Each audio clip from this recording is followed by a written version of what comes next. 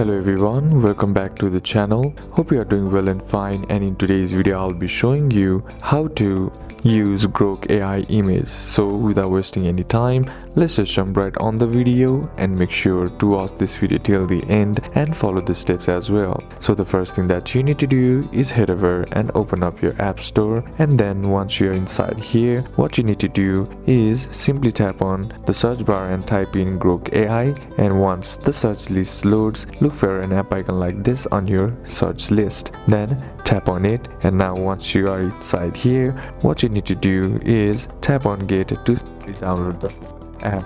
Now right here, what you need to do is enter a descriptive prompt for the image you wish to create, like create a biker art in minimal art, and then tap on this up arrow right here.